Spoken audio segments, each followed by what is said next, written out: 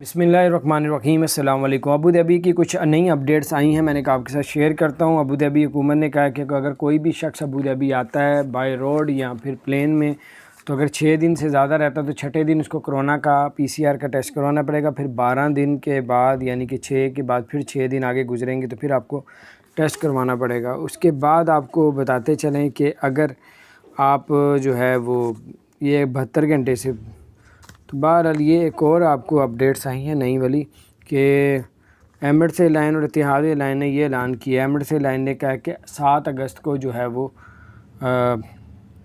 फ़्लाइटें open होंगी।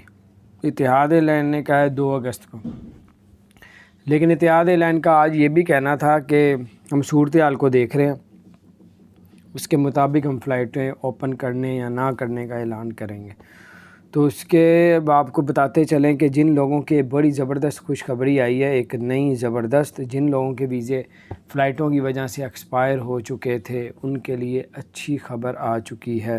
जिन लोगों के वीज़े एक्सपायर हो गए थे फ़्लाइटों की वजह से, चाहे वो वर्क वीज़े थे, कोई भी वीज़ा था, वर्क वीज़ों वालों के लिए अच्छी ख़बर ये आई है, पाकिस्तान कौंसलेट दुबई वालों ने कहा है कि आप फ़िक्रमंद ना हों। आपकी जो है जिनके वर्क वीज़े थे और वो अपने रबाब वगैरह से, जो उधर कंपनी के रबाब होते हैं, उनसे रब्ता करें, उनसे पूछें मेरा वीज़ा एक्सटेंड कैसे होगा। वो अब क्योंकि इजाज़त दे दी गई है दुबई की हुकूमत की तरफ से, और ये आप पाकिस्तान कौंसलेट दुबई से भी रब्ता करके पूछ सकते हैं, और आप ख़ुद भी जो है वो कोशिश करके, क्योंकि अब ये आ गया कि अब जिन लोगों के वीज़े एक्सपायर हो गए थे ना, वो अब एक्सटेंड कर दिए जाएंगे। ये बड़ी ज़बरदस्त अपडेट थी।